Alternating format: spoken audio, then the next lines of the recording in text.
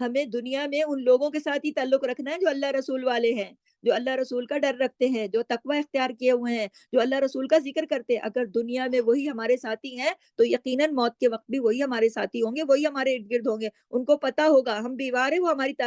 اس عیادت کے لیے آئیں گے، وہ ہمیں دعا دیں گے، وہ ہمیں دعا کی تلقین کریں گے، وہ ہمیں اللہ کے ذکر پہ لگائیں گے، وہ ہمیں کلمہ یاد کرائیں گے، وہ ہمارے ساتھ وقت پاس کریں گے۔ لیکن اگر اللہ رسول والے ہم نے دوست بنائے ہی نہیں تو پھر اللہ اللہ اور خیر صلی اللہ، پھر کوئی پوچھنے والا نہیں ہے۔ پھر وہی لوگ آئیں گے جن کو نہ اللہ کا ڈر نہ اللہ کا خوف۔ اگر دنیا میں تعلق ایسے لوگوں سے رہے گا تو یقیناً موت کے وقت ایسے ہی لوگ پاس میں ہوں گے، اور موت کے بعد بھی پھر وہی لوگ ہوں گے کہ ان کو کوئی پتہ نہیں ہے کہ پھر آپ کے لیے کیا دعا کرنی ہے اور کیا نہیں کرنی۔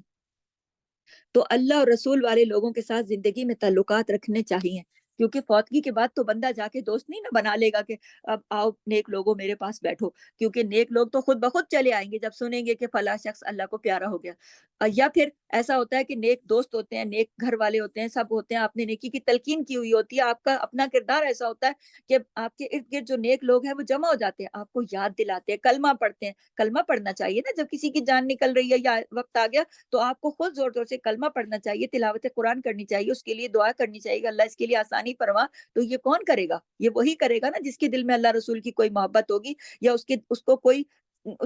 تقوی ہوگا، کوئی اس کی زندگی میں خود اللہ رسول کے حکموں کی تعمیل کرتے ہوئے اس کی اپنی زندگی گزرے گی، تو وہی کرے گا نا جس کی اپنی زندگی نافرمانیوں میں گزر رہی ہے اور وہ آج کی زندگی میں آپ کے دوست ہیں۔ تو پھر وہ انتقال کے ٹائم اپنی دوستی کیا نبھائیں گے؟ وہ ابرار کہاں سے آئیں گے پھر؟ تو ابرار کو عقل والے تو پھر اس دنیا میں ہی ابرار کا انتظام کر کے رکھتے ہیں نا۔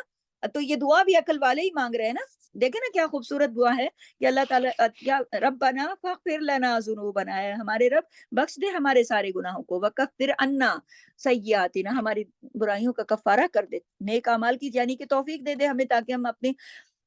ساری برائیوں سے بچ جائیں اور ایک کے بعد ایک نیکیاں کرتے چلے جائیں، اور گناہوں کا ڈسٹ یا گناہوں کی دھول جو ہماری نیکیوں پر آ جاتی ہے وہ اتر جائے۔ اور پھر صرف زندگی تک کی بات نہیں، وتوفنا مع الابرار، اور فوت بھی کرنا تو انیک لوگوں کے ساتھ، روح بھی جائے تو علیین کے ساتھ جائے، اور جو قبرستان بھی ملے تو مسلمانوں کا، اور ابرار جو ہیں نیک لوگ ہی ہمارے آس پاس ہوں، ہم بیمار ہوں، ہم نزا کی تکلیف میں ہوں، یا ہم دنیا سے جا رہے ہوں، یا ہمارا دست خاکی جا رہا ہو، ہمارا مکمل جنازہ پڑا جائے، ہمارا دین کی طریقے سے ہماری تدفین ہو، تو یہ ابرار کہاں سے آئیں گے؟ یہ اب نیک لوگ کہاں سے آئیں گے؟ یہ وہی نیک لوگ ہوں گے جو آپ کے ارد گرد ہوں گے، وہی لوگ جن کو ہم اپنے گھروں میں تیار کرتے ہیں، اپنی نیکی کی طرف بلاتے ہیں، تقوی کی طرف بلاتے ہیں، تو یہی ابرار بنیں گے۔ وہی آج کے دوست جن کو ہم منتخب کرتے ہیں، جن سے ہم متاثر ہوتے ہیں کہ یہ ابرار ہے۔ یہ جو ابرار کا جو لفظ ہے نا، یہ بر کی جمع ہے، بر ہوتا ہے ایک اور ابرار ہوتی ہے جمع۔ ابرار کس کو کہتے ہیں؟ خیر والے، بر ہوتا ہے ایک خیر، اور ابرار بہت سارے خیر والے لوگ۔ تو اچھا، ایک بات تو یہاں پر ایمان کی بھی ہو رہی نا کہ رب پر ایمان لائے ہم، اللہ تعالی یہاں بات ہوئی ہے نا شروع میں کہ ان آمنو بربکم فآمنا، تو جب منادی نے پکارا اور ایمان کی طرف بلایا تو ایمان لے آئے۔ دیکھیں نا، کہا نا کہ ہم ایمان لے آئے، تو یہ بنیادی چابی ہے، یہ ایمان ہونا بہت ضروری ہے۔ تو اگر رب پر ایمان ہے نا تو باقی سب پھر اس کے تحت ہو جاتا ہے، باقی سب پھر ایمان مکمل ہو جاتا ہے۔ ربنا فاغفر لنا ذنوبنا وکفر عنا سیئاتنا وتوفنا مع الابرار، اور ہماری برائیوں کا کفارہ کر دے اور ہمارے گناہ معاف کر دے اور ہمیں فوت کر ان لوگوں کے ساتھ کے جو نیک لوگ ہوں، آمین ثم آمین۔ تو یہاں جو بات ہو رہی ہے کہ اے ہمارے رب ہمارے گناہ معاف کر دے، چونکہ ہم ایمان لے آئے ہیں، یہاں پہ ذکر ہوا ہے نا، تو دراصل یہ اپنے اچھے اعمال کا واسطہ دے کر دعا ہو رہی ہے۔ یہ دیکھیں دعا بھی ہے، دعا کے اندر اس بات کا ذکر ہوا ہے نا کہ اللہ ہم ایمان لے آئے ہیں، ایمان لانا کتنا اچھا عمل ہے، تو اس اچھے عمل کا ایک طریقے سے واسطہ یا وسیلہ پکڑ کے دعا ہو رہی ہے۔ تو وسیلہ جو ہے کس کس طرح کا جائز ہے، نوٹ کر لیں اپنے پاس، بہت امپورٹنٹ بات ہے۔ سب سے پہلے نمبر 1 ایمان کا وسیلہ جائز ہے، نمبر 2 اعمال صالحہ کا، نمبر 3 اللہ کے ناموں کا، نمبر 4 اللہ کے کاموں کا، نمبر 5 اپنے حال کا ذکر کر کے، اپنی نیکیوں کا ذکر کر کے اور اپنے گناہوں کا اعتراف کر کے، اور نمبر 6 دوسروں سے دعا کی درخواست کر کے۔ تو میں اس کی ساری ایکسپلینیشن آپ کو دیتی ہوں، آپ اپنے پاس نوٹ کرتے جائیں کہ سب سے پہلے میں نے کہا نا کہ ربنا، اس میں دیکھیے اللہ تعالیٰ سے یہ کہا جا رہا ہے نا دعا، اللہ تعالیٰ نے یہاں دعا جو بتائی ہے کہ ایمان والے یہ دعا کر رہے ہیں کہ ان آمنو، ہم ایمان لے آئے، بربکم، ان کو جیسے پکارا گیا کہ ایمان لاؤ، ان آمنو ایمان لے آؤ، بربکم اپنے رب پر، فآمنا تو وہ ایمان لے آئے۔ تو پھر آگے انہوں نے دعا کی نا، ربنا فاغفر لنا ذنوبنا، اے اللہ ہمارے گناہ بخش دے اور ہماری جو ہیں وکفر عنا سیئاتنا، ہماری جتنی برائیاں ان کو دور کر دے، وتوفنا مع الابرار، اور ہمارا خاتمہ نیک لوگوں کے ساتھ کرنا۔ تو یہ جو نیک لوگوں کے ساتھ کرنا، اس کے اندر یہ تھے کہ سب سے پہلی شرط آ گئی ایمان کی۔ تو وسیلہ پہلے سب سے کس کا دیا؟ جو جائز وسیلہ ہے، جس کا قرآن و حدیث سے پتہ چلتا ہے، وہ ہے ایمان۔ ایمان کا وسیلہ جائز ہے، جیسے ہم ایمان لائے، اس کی وجہ سے ہمیں بخش دے، تو وسیلہ یعنی ذریعہ ایمان کو بنا رہے ہیں، تو یہ جائز ہے، تو ہم بھی اس طرح سے دعا مانگ سکتے ہیں۔ نمبر 2 ہے اعمال صالح، یعنی اعمال صالح نیک اعمال کو وسیلہ بنایا جا سکتا ہے۔ مثلا ایک حدیث کے مطابق تھا نا، میں نے آپ کو پہلے بھی یہ حدیث کئی مرتبہ سنائی ہے، دوبارہ اس کا ایک جلدی سے ایک وہ خلاصہ بتا دیتی ہوں کہ بنی اسرائیل کے زمانے میں 3 لوگ جو سفر پہ جا رہے تھے، تو بارش کی وجہ سے وہ ایک پہاڑ کی ایک غار کے اندر چھپ جاتے ہیں، اور پھر لینڈ سلائڈنگ ہو جاتی ہے، ہوا تیز، جکڑ، آندھی طوفان کی وجہ سے وہ اوپر سے بھاری پتھر گرتا ہے اور ان کا راستہ بند ہو جاتا ہے، وہ اندر بند ہو جاتے ہیں اور کسی کو خبر نہیں ہوتی، اور وہ پتھر بہت بھاری ہوتا ہے، کسی صورت نکل نہیں سکتے۔ تو پھر وہ مشورہ کرتے اور وہاں دعا مانگتے، اور سارے ایک ایک کر کے اپنے نیک عمل کا وسیلہ دے کر اللہ سے دعا کرتے ہیں۔ پہلے ایک مانگتا ہے، اللہ میں نے یہ نیک کام فقط تیرے رضا کے لیے کیا، معاف کر دے اور اس پتھر سے باہر نکال، دروازہ کھول دے۔ دوسرا مانگتا ہے، تیسرا مانگتا ہے، پھر ان کی دعا قبول ہوتی ہے اور اس طرح سے وہ مصیبت سے نجات حاصل کرتے ہیں۔ تو وہ واسطہ کس کا دیتے ہیں؟ وسیلہ کس کا دیتے ہیں؟ عمل صالح کا۔ تو یہاں پر بتانے کا مقصد یہ ہے کہ ایمان کا وسیلہ دینا جائز ہے۔ نمبر 2 اعمال صالح کا وسیلہ دینا جائز ہے۔ نمبر 3 اللہ کے ناموں کا وسیلہ۔ اللہ کے نام کون سے ہیں؟ اسماء الحسنہ، اللہ کے اچھے جتنے اللہ کے نام ہیں، کہ اللہ میں تجھے دعا بھی ہے نا کہ اللہ میں تیرے اچھے ناموں کا وسیلہ دیتی ہوں کہ تیری بلند صفات کا واسطہ تجھے میری دعا قبول فرما، جیسے یا حی یا قیوم برحمتک استغیث، یعنی میں تیری رحمت کے ساتھ فریاد کرتی ہوں۔ تو یہاں جو رحمت ہے وہ اللہ کی صفت ہے، تو اسے وسیلہ بنایا جا رہا ہے، تو اس طریقے سے بھی دعا مانگی جا سکتی ہے اللہ کے ناموں کا وسیلہ دے کر، ٹھیک ہے۔ پھر نمبر 4 ہے اللہ کے کاموں کا وسیلہ، اللہ کے کاموں کا وسیلہ بنا کے بھی دعا دی جا سکتی ہے، دعا مانگی جا سکتی ہے کہ اللہ، دیکھیں اللہ تعالیٰ نے اللہم صلی علی محمد کما صلیت علی ابراہیم وعلی آل ابراہیم، اللہ تعالیٰ درود بھیج رہے ہیں، تو اللہ تعالیٰ درود بھیجتے ہیں، تو اللہ نے جو درود بھیجا تو نبی پاک صلی اللہ علیہ وسلم پر درود بھیج کر بھی دعا مانگی جا سکتی ہے، کیونکہ اللہ درود بھیج رہا ہے تو آپ بھی نبی پر درود بھیجیے اور پھر دعا مانگیے۔ پھر 5واں ذکر ہے کہ اپنے حال کا ذکر کر کے، اپنا حال کیا ہوتا ہے؟ یا تو نیکی کی زندگی ہوتی ہے یا پھر گناہوں کی زندگی ہوتی ہے۔ تو اگر نیکی کی زندگی ہے تو اس پر کہ اللہ میں نے یہ فقط تیری رضا کے لیے، جیسے میں نے پیچھے بتایا کہ اعمال صالح کا، اور اگر گناہوں کی زندگی ہے تو گناہوں کا اعتراف کر دے، اعتراف کر کے کہ اللہ میں ہی ظالم ہوں، میں نے اپنی جان پر ظلم کیا، اب تو مجھے معاف فرما، لا الہ الا انت سبحانک انی کنت من الظالمین، تو اللہ تعالیٰ تو مجھے معاف کر دے۔ تو اس طریقے سے بھی دعا کی جا سکتی ہے، اور دوسروں سے بھی دعا کی درخواست کی جا سکتی ہے۔ اس کی بھی ایک دلیل ہے کہ نبی اکرم صلی اللہ علیہ وسلم ایک مرتبہ ام حرام کے گھر میں سو رہے تھے، سو کر اٹھے مسکراتے ہوئے، تو ان سے انہوں نے پوچھا کہ آپ اتنا مسکرا کیوں رہے ہیں؟ تو انہوں نے کہا کہ میں نے خواب میں دیکھا کہ میری امت کا ایک لشکر ہے جو کہ پانیوں پر سفر کر کے جہاد کے لیے جا رہا ہے، اور اس طرح کے جیسے ملوک اپنے تختوں پر ہوتے ہیں۔ تو وہ کہنے لگی کہ میرے لیے دعا کریں، مجھے بھی اللہ ان میں شامل کر دے۔ تو آپ نے فوراً ان کے لیے دعا کی، اور بعد میں پھر ایک جگہ اس طرح کا سلسلہ ہوا کہ وہ گئیں اور سمندر کے پار وہ اتری اور اپنے گھوڑے سے گر کر وہ فوت ہوئیں، تو وہ شہید ہوئیں کیونکہ وہ فی سبیل اللہ اپنے گھر سے نکلی تھی۔ تو وہیں پھر ان کو دفنا دیا گیا، اس وقت اس مقام کا نام قبرس تھا، جو آج کل سائپرس کے نام سے ہے۔ تو بالکل اسی طرح سے جب نیک لوگوں کا ذکر آئے تو دعا کریں کہ اللہ ہمیں بھی ان نیک لوگوں میں شامل کر دے۔ جب بھی نیک لوگوں کا ذکر سنیں، نیک لوگوں کا ذکر آئے قرآن و حدیث میں، یا تو آپ دعا کر سکتے ہیں کہ اللہ تعالیٰ ہمیں بھی ان لوگوں میں شامل کر دے۔ یہ حدیث جو ہے اس بات کی دلیل ہے۔ تو جب جنت کا ذکر آتا ہے، جب ہم قرآن میں سنتے ہیں کہ اللہ تعالیٰ جنت میں داخل کریں گے، یا جنت کی نہروں کا ذکر، یا جنت کے مقامات کا، جنت کی نعمتوں کا، تو ہمیں دعا کرنی چاہیے۔ یہ جائز دعا ہے کہ اللہ تعالیٰ ہمیں بھی یہ سب عطا کرنا، اور تو اس میں بھی ہمارے لیے بھی اس میں جگہ عطا کر اور مانگی جا سکتی ہے۔ اسی طرح جب جہنم کا ذکر آئے تو آپ اس سے وہ کریں، استغفار کریں اللہ سے، اور پناہ مانگے کہ اللہ ہمیں تو بچا لینا۔ پھر نبی نے نیک عمل کیے، آپ غور کریں اس بات پہ، نبی کریم صلی اللہ علیہ وسلم نے نیک عمل کیا اور وہ اللہ کے بہت قریب تھے، لہٰذا ہمیں کیا کرنا چاہیے؟ عمل کی بات لکھ لیں، ہمیں کیا کرنا چاہیے؟ ہمیں ان کی سنت کی پیروی کرنی چاہیے. کیا اللہ کے جو انہوں نے احکامات اپنی امت کو اللہ کے احکامات دیے قرآن میں ہیں ان سب پر عمل کرنا چاہیے، ان کی سنت پر عمل کرنا چاہیے، ان کی سنت کی پیروی کرنی چاہیے. اب نوٹ کر لیں، لیکن اگر ہم غور کریں، لیکن اگر ہم ان کی سنت کی پیروی کریں نہیں، اللہ کی نافرمانی تو کی زندگی ہو، اوپر سے نبی کی سنت کی پیروی نہ کریں، اور پھر یہ دعائیں مانگیں کون سی کہ اللہ ہمیں تو نبی کا وسیلہ عطا کر، تو پھر اس کا تو کوئی ثبوت قرآن حدیث میں نہیں ہے. پھر اس کا ثبوت دوسرا یہ، اس کا بھی کوئی ثبوت نہیں ہے کہ اگر والد بہت نیک ہے اور پھر یہ دعا کریں کہ اب خود اپنی زندگی گناہوں میں ڈوبی ہوئی ہے اور دعا کر رہے ہیں اللہ میرا والد بڑا نیک تھا لہٰذا تو اس کی نیکیاں قبول کر لے اور میرے یہ کام کر دے. اس کا کوئی واقعہ اس طرح کا قرآن و حدیث میں نہیں ہے. خود بھی اللہ کو راضی کرنا پڑتا ہے. بعض لوگ ہوتے ہیں خود بالکل نافرمانی کی زندگی گزار رہے ہوتے ہیں اور نبی کی سنت کی پیروی بھی نہیں کرتے اور دوسروں کو پکڑ پکڑ کے اس طرح کی چیزیں کرتے ہیں کہ میرا فلانا تو حافظ ہے تو میری بخشش ہو جائے گی، میرا فلانا رشتہ دار جو ہے وہ بڑا نیک ہے. ایسا کچھ نہیں ہوگا. اللہ کی رضا کے لیے خود بھی کوئی نیک عمل کرنے پڑیں گے، اللہ پر ایمان لانا ہوگا اور عمل صالح کرنے ہوں گے.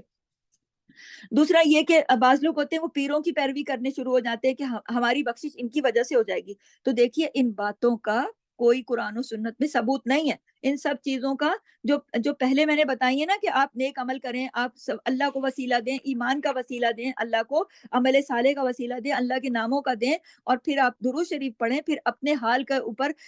آپ اپنے گناہوں کا اعتراف کریں کہ ہاں اپنی غلطیوں کو مانیں، تو پھر آپ اللہ تعالیٰ سے دعائیں کر سکتے ہیں. ٹھیک ہے، یہ اللہ تعالیٰ کے یہ جو ہے قرآن و سنت سے واضح ہے. پھر یہ ہے کہ اب یہاں پر میں یہ ایک اور چیز بھی واضح کر دوں کہ کوئی اور عبادت کرتا ہے، کوئی اور نیکی کا کام کرتا ہے، اور دوسرے عبادت بھی کوئی اور کرتا ہے، نیکی کا کام بھی کوئی اور کرتا ہے،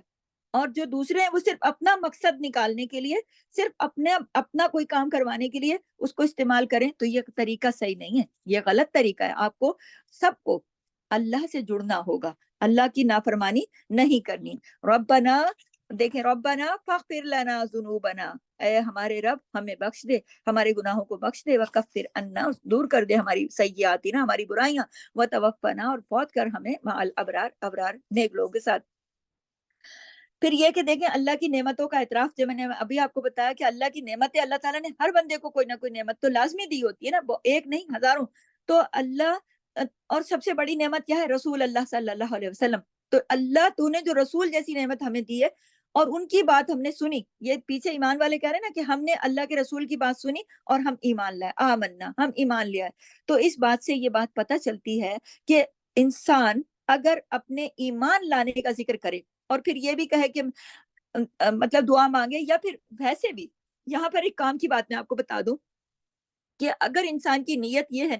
ریاکاری نہیں ہے، اگر انسان کی نیت جو ہے وہ ریاکاری نہیں ہے، دوسروں کے اوپر روب ڈالنے کا مقصد نہیں ہے، لیکن دوسروں کو صرف جذبہ دلانے کے لیے دوسروں کے ساتھ ویسے انسان شیئر کر لیتا ہے، اپنے گھر والوں سے، اپنے دوستوں سے، اپنے کلاس فیلو سے اگر کر لیتا ہے یا بتا دیتا ہے کہ ہاں جی میں نے نماز پڑھ لی، اور اس کے بتانے کے پیچھے مقصد یہ ہوتا ہے کہ چلو دوسرے لوگ بھی نماز پڑھ لیں، تو اس کا مقصد تو یہ ہوتا ہے نا، اس میں کوئی برائی نہیں ہے، یہ کہا جا سکتا ہے. یا پھر ایک صاحب حیثیت ہے، وہ دوسرے صاحب حیثیت کو کہتا ہے میں نے حج کر لیا، اس کا مقصد یہ ہوتا ہے کہ وہ بھی کرے، یا میں نے اتنے عمرے کیے، تو اس کا مقصد یہ ہوتا ہے کہ وہ بھی کرے. پھر یہ کہ واقعات سناتے ہیں نا لوگ، میں حج میں گئی، یہاں پر یہ واقعہ ہوا، یہ ہوا، اس میں جذبہ بڑھتا ہے، اس میں ان کے، اور عمرے میں یوں گئی. تو دیکھیں یہ سب ریاکاری میں شامل نہیں ہے کہ اگر آپ دوسرے کا جذبہ بڑھانے کے لیے ویسے آپ شیئر بھی کر رہے ہیں اپنے دل کی خوشی کے لیے، اپنے رب کے گھر کی باتیں بتا رہے ہیں، یا اپنے اللہ کے حضور سجدے کیے، نماز پڑھی، سورہ کہف پڑھی، یا آپ اپنی خوشی کا اظہار کر رہے ہیں، آپ کی نیت میں کوئی خرابی نہیں، تو آپ کر سکتے ہیں. کیونکہ اس آیت میں، یہ آیت اس بات کی دلیل ہے، کیونکہ اس آیت کے اندر نیکی کا ذکر ہے نا، ذکر آپ نے پڑھا نا، دوبارہ سن لیں. بربکم فآمنا، اپنے رب پر انہوں نے کہا نا، آمنو، ایمان لے آؤ، بربکم، کہ فآمنا، تو ایمان لے آئے ہم. وہ کہہ رہے ہیں کہ جب ہم نے، اللہ تعالیٰ نے فرمایا کہ یہ نیک، انہوں نے کہا کہ جب اللہ تیرے پکارنے والے نے ہمیں پکارا اور ہمیں دین کی دعوت دی تو ہم نے اس کو قبول کر لیا اور ہم ایمان لے آئے. اب یہ جو ایمان لے آئے کی بات یہاں پر ہو رہی ہے نا، یہ ریاکاری نہیں ہو رہی، یہ شو نہیں مار رہے، بلکہ وہ بتا رہے ہیں، ایک بات کر رہے ہیں. تو اللہ نے یہ بات بتا دی، کیوں بتا دی؟ تاکہ ہمیں اور آپ کو بھی یہ بات پتہ چلے کہ اللہ تعالیٰ جو ہے وہ اگر ہم کسی کو بتاتے ہیں تو ہمارے بتانے سے اگر کوئی ہم شوق دلاتے ہیں، دیکھیں کسی کے پاس پیسہ ہوتا ہے لیکن اتنی معلومات نہیں ہوتی، اب ہم کسی کو شوق دلاتے ہیں، دیکھو حج بڑا ضروری ہے، اگر حج نہ کیا تو پھر کیا دیکھا، اللہ کا گھر نہ دیکھا تو کیا دیکھا؟ تو یہ جو چیزیں ہیں نا، یہ نیت پر ڈیپینڈ کرتی ہے کہ اگر آپ دوسروں کے ساتھ شیئر کر رہے ہیں اپنے تجربات، نیک کاموں کے تجربات، یا اپنے دل کی خوشی کے لیے یا جذبہ بڑھانے کے لیے یا لرننگ کے لیے، کیونکہ دیکھیں دوسرے لوگوں کو بہت کچھ سیکھنے کو ملتا ہے، تو یہ کیا جا سکتا ہے کیونکہ یہ آیت اس چیز کی دلیل ہے۔ تو یہاں پر ہماری 193 کمپلیٹ ہوتی ہے، اسی کے ساتھ اس کلاس سے اجازت دیجیے۔ سبحانک اللہم و بحمدک، نشہد ان لا الہ الا انت، نستغفرک و نتوب الیک۔ السلام علیکم ورحمۃ اللہ۔